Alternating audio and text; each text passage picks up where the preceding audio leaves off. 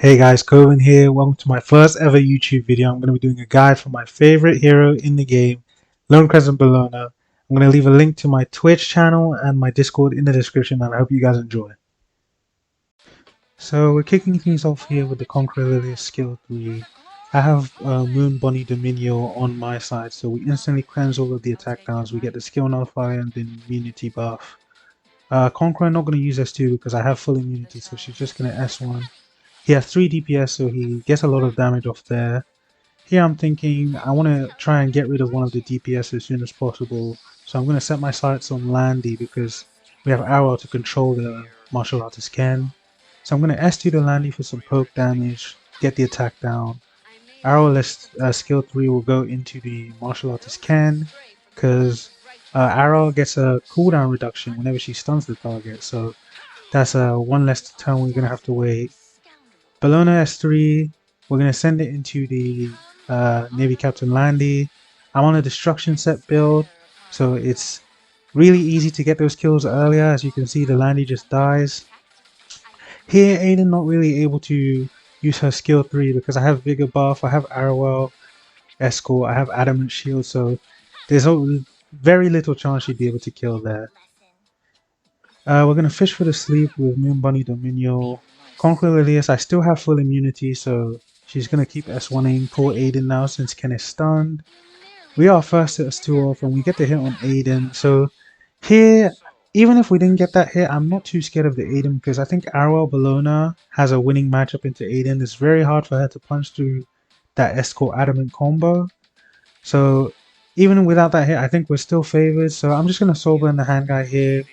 We want to keep the immunity buff for as long as possible. Arrow 2 turns away. Ken is still stunned, so we're gonna take the hits on him while we can. Mediator Cowrick coming back here. Gonna get the S1. We get a dual attack, not really meaningful because we didn't get anything from it. We can just kill off Aiden here, even through a miss, because she's that low HP from the earlier hit with the Bellona S2. Now he's pulling the Ken on a dual attack, so you can see C. Lilius is pretty nullified by the Moon Bunny because we've had immunity the whole game since we have this kind of double cleanse immunity set up. She doesn't get too much value. Ken getting some counters, some dual attacks here, so we're going to fish for the S2 to see if he's on a low ER build, which he is not. Here, Conqueror, I think she might want to use the S2 now to get the barrier to try and survive with Ken because I think if he doesn't S2 here, I can just go for the Ken with my Bellona since I have Vigor buff and attack buff. That's a lot of attack. I think that's like 90% total attack. Moon Bunny's skill 3 is back up, so we're going to use that. Get the little heal, get the attack buff back to 2 turns. We hit into the Conqueror Lilius and then the Ken counter gives my Bellona the S2, which is enough to finish off the Conqueror. So at this point, it's just the Ken left, so this game is over. I think this game really shows how strong Bellona is in this kind of standard v standard matchup because it's so easy for her to pick off these kills one by one and just completely solo carry the game. Okay, so second game here we have the same scenario, Conqueror Lilius against Moon Bunny Dominio. Conqueror not able to S3 because I would get the immunity here, which would be really good against his Solitaria. He opts just to S3 the Aiden, but I do have some ER on my Moon Bunny Dominio, so I'm going to get the resistance coming through there. We're going to opt to just S3 to cleanse this redirect provoke off my Aiden so we can get her S3 off because my game plan here, since he kind of tuned my team for me by pushing my Aiden back, my game plan is my Bellona gets to go and then Aiden will go right after her and right before the Little Queen Charlotte, so he's not going to be able to just kill my Bellona outright with the LQC S3. We get the cleanse there because I'm on the Doctor's Bag artifact, which gives you a cleanse when you use a non-attack skill.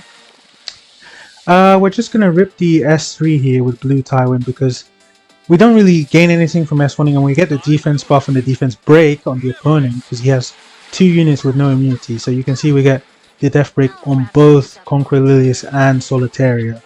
I'm just going to rip my Bellona S3 as well because I'm kind of trying to build up as much defensive momentum here because now we got the defense buff, we have Aureus from Blue Tywin, and then we're going to get the Vigor buff for the team as well. So we have a lot of buffs on our side and we're really like insulated in terms of mitigation because I think it's very hard for him to kill anything here. We get the Aiden invincibility on top, so now he's not going to do any damage at all. You're going to opt to pass the turn, S1 with a little Queen Charlotte. And from here, I'm thinking this game is kind of wrapped up because I'm pretty sure I'll be able to kill this LQC in time before she can get her S3 off. And even if I don't, I will have the defense buff regardless.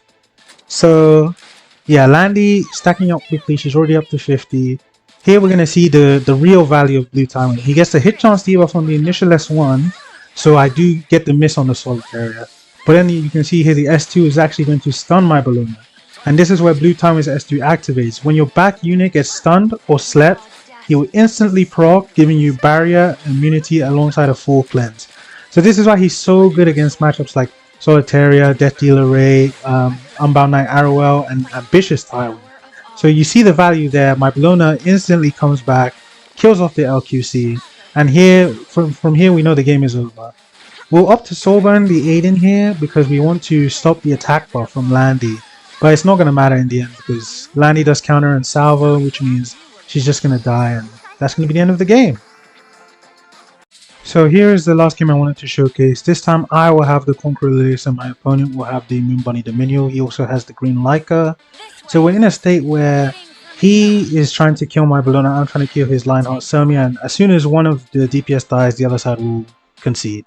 So he's going to go for the S2 with the Green Leica into my Bellona. He gets the target debuff, which gives you, I think, is 15% more damage, and he also gets the kind of dual attack poke.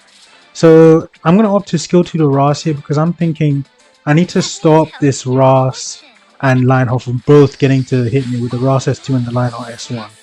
We can see he's not Doctor's Bag, so even though I kind of got unlucky and he resisted my pushback, he's not on Doctor's Bag, so I won't get punished for that fact. My Hangai Warhorn will proc and I'll get the S3 off, so now the target debuff is gone, and I think for the most part the threat of my opponent is gone. I'm just going to try and kill this Selmia. I do want to note, earlier we saw she had about 12.7 thousand HP. So this is going to be a game that showcases the real power of destruction Bellona. So I'm going to just try and strip the barrier because, as I said, as soon as Lionheart dies, my opponent will concede. So we want to get as much damage on her as possible. We'll get the S3. Leica gonna lap. She's not gonna pop to press S3 because I still have immunity on my side. I'm going to poke the Lionheart here with my Mediator Core XS2. You can see that does about 1.5, 1.6 thousand damage. So you could assume he has about 11,000 HP left. I'm just going to rip the S3 here because you can see it's going to be really close. I do about 11.8 thousand damage through the ARAS. And that really shows any other build except Destruction Set would not be able to get that kill here. So you can see how vital that damage was there. I'm going to show my build now and then we can get into some thoughts. So now I'm going to show my build and the pieces that she's currently using and then go a bit more in depth of why I run Destruction Set over Counter Set and why I think you should too. The pros for Destruction Set are it gives stats rather than the RNG 30% counter that you get when you run the Counter Set. You get to fit in a lot more stats this way, so it kind of means you can survive things you normally wouldn't be able to, and then you can get kills she would normally wouldn't be able to. Just like the game I just showed versus the Lionheart Selmia, where I think if I was on a counter build, there's a pretty good chance I lose that game, because if I don't get that kill, she gets the barrier from the Adventurer Ras, and then I kind of lose all my kill threat entirely, and it's quite easy for my opponent to stabilize from there. I think what separates the top LCB players from the rest is knowing what you can kill and knowing what you can survive. And Destruction serves to broaden that range. So you can survive more things and you can kill more things when you're on Destruction Set. And then the number one struggle when building this unit is going to be looking for stats. And Destruction Set will help alleviate that problem because you're getting 60 crit damage to contribute towards your build rather than getting no stats from the counter set. I'm not saying counter is by any means bad. I think counter can work perfectly fine. So if your best build is on counter, please do not shy away from building her. I think she's really strong in this meta, which is dominated by Navy Captain Landy, and she can still do the job perfectly fine on counter set. But I would even suggest Destruction Set in the long term if you can aim for it, because I think the end game is always trying to outstat other DPS, and I think Destruction will help you a lot in that regard. So yeah, this has been my Lone Crescent Bellona guide. I hope you guys enjoyed. I'll be doing a lot more of these for lots of different units, and I Do try and stream when I can on Twitch at twitch.tv/CovenV3, so be sure to check me out. And I'll see you guys in the next video. Thank you for watching.